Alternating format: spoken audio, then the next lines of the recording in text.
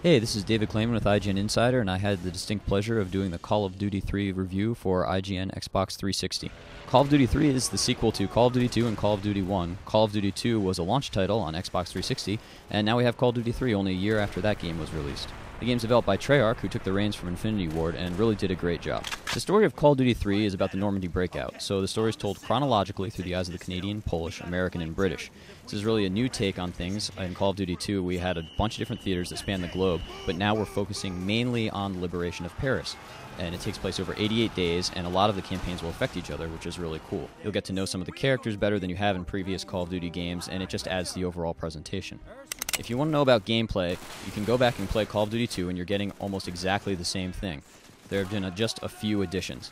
Now, you can throw grenades back if they land too close to you, and they've added a series of quick-time events. This comes into play with a little bit of hand-to-hand combat, planting some charges. You'll have to move the controller around to actually plant them with the control sticks and hitting some buttons in succession. And also, they've added a few weapon drops. So, in previous Call of Duty games, you didn't really find too many hidden objects, but I found a few crates containing some interesting weapons in this game.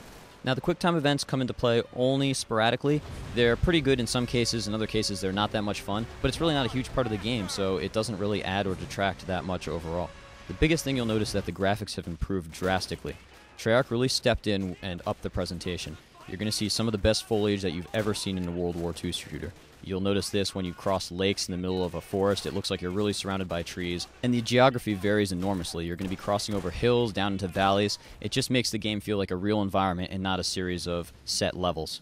Also adding to the graphics are some really amazing lighting effects and some cinematic events that Treyarch is known for, probably if you've played Call of Duty Big Red One. You're going to have some really surprising events take place on the battlefield that'll have you jumping out of your seat and probably dropping the controller a few times. Call of Duty 3 is no doubt one of the best looking games on Xbox 360, however, we can't say it's the best looking game out there because we've all been playing a little bit of Gears of War.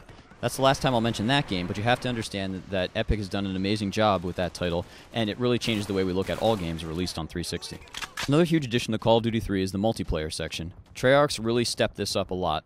What you have now is 24 players online, and they've taken a cue from Battlefield, where they've added a bunch of character classes. You have 7 classes, including a rifleman, a medic, light and heavy assault, armor support, and a scout. You can change through each one of these classes when you're playing online each time you die, and it really makes a huge difference with how your team's going to do.